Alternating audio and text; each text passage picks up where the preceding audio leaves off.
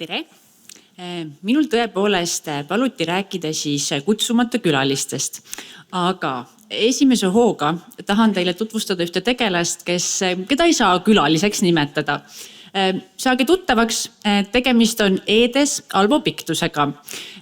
Kui te vaatate lähemalt, siis ta on hästi ilus sääsk.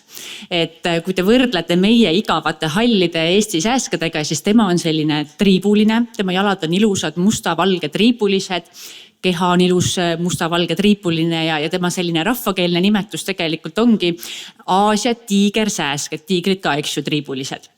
Aga miks ma teile nii pikalt sellest sääsest räägin, siis tema on see sääsk, kes levitab selliseid troopilisi viiruspalavikke, denget, chikungunjat, sikat. Ja natukene kogu mu ettekanne selle sama sääse ümber tegelikult tiirlebki.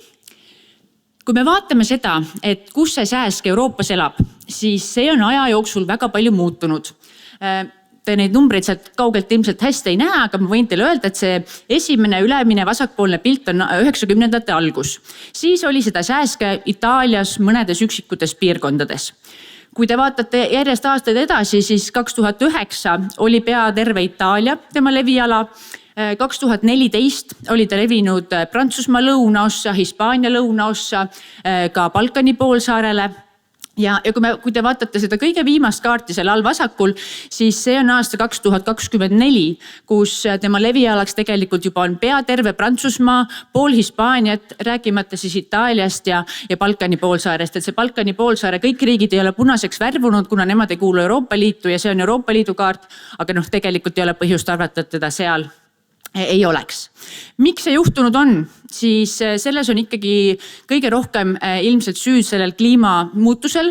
Selles, et meie kliima on soojem, meie talved on pehmemad, meie suved on kuumemad ja see tegelikult võimaldab sellistel troopilistel sääskedel ka Euroopas ennast hästi tunda ja siin ennast sisse seada. Ja seetõttu ma ka ütlesin, et külaliseks teda nimetada ei saa, sest tundub, et tema on tulnud selleks, et jääda. Kui me vaatame denge teemat laiemalt, siis denge on maailmas hästi suur probleem. Teda leidub Lõuna-Ameerikas, Põhja-Ameerika lõunaosas, Kagu-Aasias, Aafrikas ja öeldakse, et pool maailma elanikkonnast elab siis sellises piirkonnas, kus denge on endeemiline. See tähendab seda, et denge on tegelikult seal aastaringselt pidevalt kohal. Aeg-ajalt toimub puhanguid. Aasta 2024 oli selline, kus Lõuna-Ameerikas oli hästi suur puhang, aga tõesti selline suur probleem maailmas, mida meie siin võib-olla väga hästi ei taju. Aga kui nüüd minna edasi, siis me teame, et meie inimestele väga meeldib reisida. Mulle ka meeldib, aga see viib meid järgmise probleemini ja võib-olla te juba saate aru, kuhu ma oma jutuga tüürin, aga ma käin selle siis samm-sammult korraks läbi. Et kui meil on üks Euroopast pärit reisija ja neid 2024. aastal oli 37 miljonit hinnanguliselt, kes siis reisisid sellisesse troopilisse piirkonda, kus denget leidub. Ta läheb sinna palmi alla, teda hammustab mõni sääsk.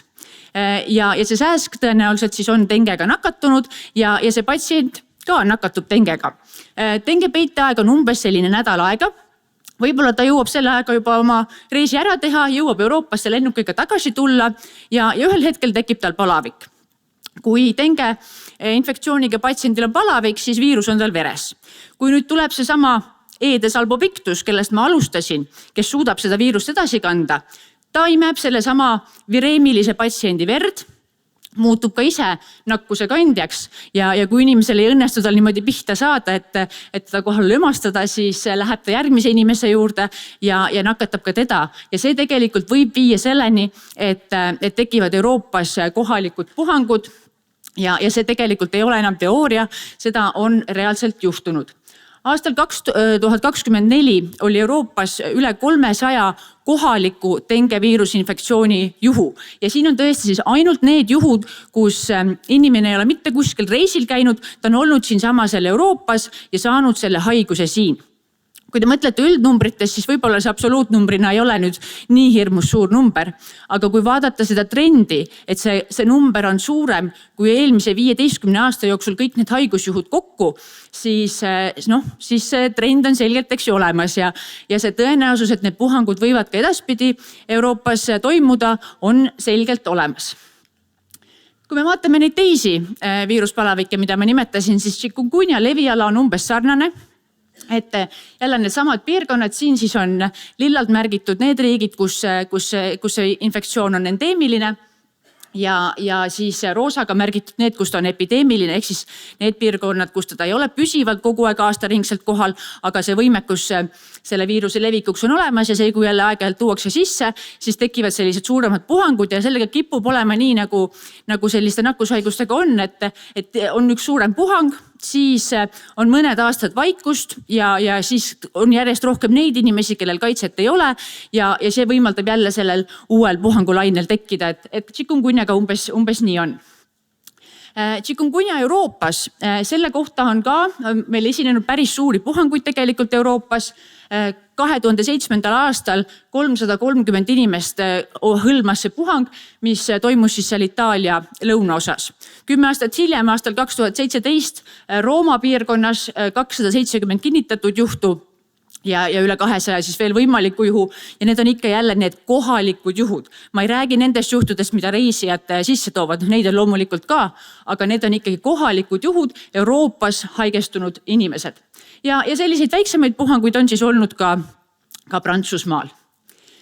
Ja Zika jälle tegelikult ei ole midagi üllatuslikku, eks ju, et on maailmas umbes samades troopilistes piirkondades levinud. Zikast võib-olla räägiti rohkem aastal 2016, kui olid Rio olümpiamängud ja samal ajal tegelikult selles Lõuna-Ameerikas suur Zika puhang ja siis kõik need inimesed, kes olümpiale läksid põhjusega, olid selle pärast mures.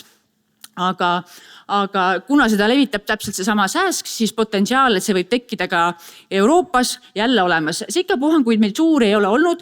Prantsusmaal 2019. aastal 5 juhtu.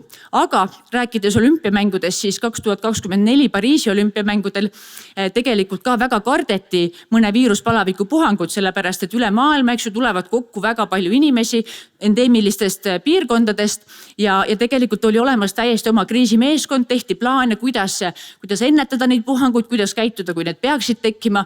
Et see on asi, mille peale me täna peame Euroopas reaalselt mõtlema. Ja natuke meeldetuletuseks veel ka sellest, et mis need haigused üldse on. Et nad on tegelikult kõik sellised viiruspalavikud, nende põhiline sümptom on kõrge palavik ja neil on muid sümptomeid, mida siis natukene saab siis, mille alusel neid saab ka omavahel natukene eristada.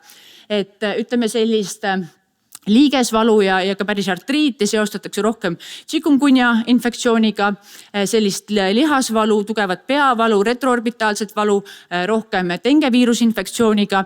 Inglise keeles on selle kohta ka termin breakbone fever, ehk siis selline tunne tõesti, et luud hakkavad katki minema, et nii valus on olla.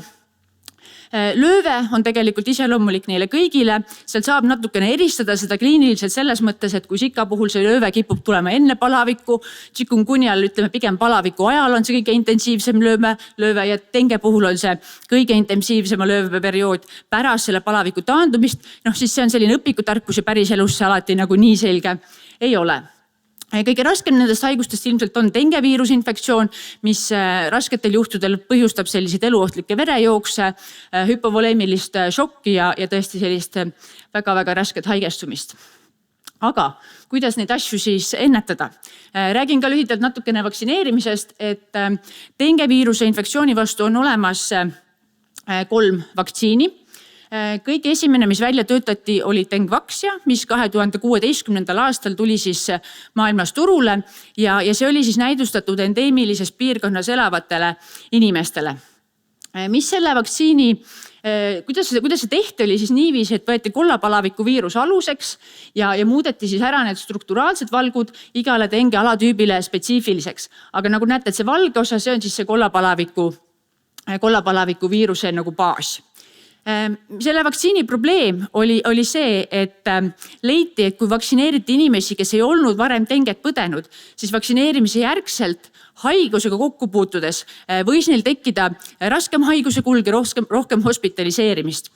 Selle põhjuseks oli see, et see vaktsiin ei suutnud esile kutsuda kõikide erinevate alatüüpide vastu selliste piisavalt kõrgest tiitris neutraliseerivate antikehade taset ja mis viisis selleni, et see vaktsineerimine oli justkui nagu mimikeeris sellist esmasinfektsiooni ja kui toimus teine kokkupuude, siis denge puhul on hästi teada see, et teine haigestumine on alati kõige raskem või kipub olema kõige raskem, siis tegelikult seetõttu seda vaktsiini edaspidi soovitati ainult neile, kes on varem denget juba põdenud, et sellisel puhul ta väga hästi täidab oma eesmärki, hoides ära haigestumist, raskeid haigusjuhte ja hospitaliseerimist. Teise põlvkonna vaktsiin Qdenga, mis on siis ka Eestis kättesaadav, selle puhul võeti aluseks dengue 2 viirusalatüüp, ehk siis need mittestrukturaalsed valgud on dengue 2 viiruse põhjal ja muudeti siis strukturaalsed valgud nende erinevate alatüüpide spetsiifiliseks.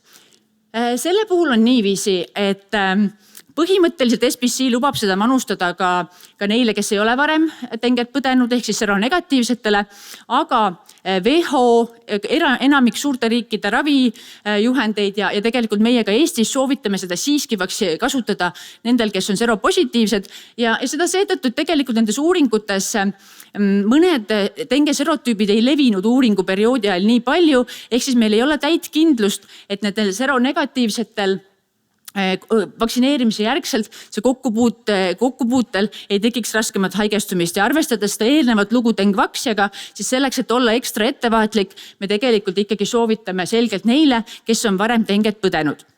Neid inimesi kindlasti on ka Eesti inimeste hulgas ja neile me saame siis teha 2 doosi 3 kuuse vahega ja need doosid võiksid olla tehtud enne reisile minekut ja meelde tuletuseks siis ka seda, et tegemist on nõrgestatud elusvaktsiiniga, mistõttu me ei saa seda teha rasedatele, me ei saa seda teha immuunpuudulikele.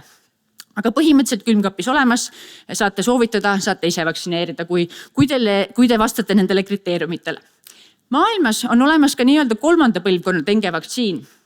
Seda tuntakse Butantaani nime all Brasiilias välja töötatud ja seal on siis tõesti juba ka need mittestrukturaalsed valgud iga selle dengue alatüübi spetsiifilised ja selle puhul on näidatud, et piisab 1 vaktsiinidoosist ja tegelikult võib seda teha ka seronegatiivsetele, kuna see suudab tõesti väga hea immuunvastuse esile kutsuda, aga kas ja millal see jõuab Euroopasse, ma ei oska hetkel öelda. Praegu on see kättesaadav siis Brasiilias endas. Lõpetuseks ka chikungunya vaktsiinist. Eestis kahjuks neid kättesaadaval ei ole. Maailmas ja tegelikult ka Euroopas on registreeritud 2 vaktsiini. Vimkunya, mis on siis selliste viiruse sarnaste osakeste tüüpi vaktsiini, ehk siis tehakse selline viiruse kest, mis paljuneda kuidagi ei suuda, aga mille immuunsüsteem tunneb ära, mille vastu toodetakse antikehad. Ei ole siis elusvaktsiin, seetõttu neid vastunäidustusi vähem. Ja teine on siis Ixchiq, mis on nõrgestatud elusvaktsiin ja mõlema puhul siis tehakse tegelikult 1 doos, aga ütlen siis korra veel, et tõesti Eestis meil neid ei ole, et meie käest hetkel ei ole võimalik neid saada. Aga kui teile nüüd tahate reisima minna ja vaktsiini kas pole või te ei kvalifitseeru selleks, siis tegelikult on veel võimalusi ikkagi ennast kaitsta. Sääskedega levivad infektsioonid levivad sääskedega, ehk siis kui te sääsehammustust väldite, siis te ei saa ka seda infektsiooni. Selleks on sellised hästi lihtsad soovitused. Võiks kanda pikki, lohvakaid riideid, et eks kui panete jalga retuusid või liibuva bluusi, siis sellest sääsk hea meelega hammustab läbi või imeb verd siis sealt läbi. Kui riided, ühesõnaga kui on mingid kehaosad, mis ei ole riietega kaetud, siis sinna võiks lasta ikkagi sääsetõrjevahendit ja võiks siis lasta sellist sääsetõrjevahendit, mis ka päriselt on uuritud ja näidatud, et ta töötab, et igasuguseid selliseid looduslikke imeravimeid võib siin Eestis proovida, aga sellistes troopilistes piirkondades võiks ikkagi kasutada toimivaid vahendeid. Ja meie soovitame siis 50% dieeti või kellele see lõhn hakkab väga vastu, siis ka 20% ikaridiinilahus on igati sobiv. Ja võib-olla siis veel infoks see, et tõesti need eedessääsed, kes levitavad neid haigusi, millest ma täna olen rääkinud, nemad on aktiivsed päevasel ajal, ehk siis kui päeval liigute ringi, ka siis on vaja ennast sääskedes kaitsta. Ja võib-olla olete siis kuulnud, eks, et kui olete malaariaohtlikus piirkonnas, siis malaaria vastupidi, et malaariat levitavad need sääsed, kes on aktiivsed päikeseloojangu järel, öisel ajal, et siis tuleb ennast kogu aeg kaitsta, et ühesõnaga ei tasu lasta sääskedel ennast hammustada. Ja kokkuvõtteks, et mis võiks siis minu ettekandest täna meelde jääda, et nende troopilisi haigusi kandvate sääskede leviala tõesti liigub järjest põhja poole. Ja need troopilised haigused selles suhtes on ikkagi need külalised, et nad ei ole muutunud endeemiliseks, neid ei ole aasta ringi meil siin kohapeal olemas, aga esineb kohalikke puhanguid. Dengevaktsiin on Eestis täiesti kättesaadav, aga me saame siis seda pakkuda neile, kes on varem dengeviirusinfektsiooni põdenud. Ja sääskedega levivate infektsioonide vältimiseks tuleb vältida sääsehammustusi. Aitäh! Väga lihtsad soovitused ja praktilised. Paar küsimust ka slaidust. Võib-olla sa ei pea selle oskama vastata, aga inimene on küsinud, et miks see Eesti igav hall sääsk ei kanna haigusi?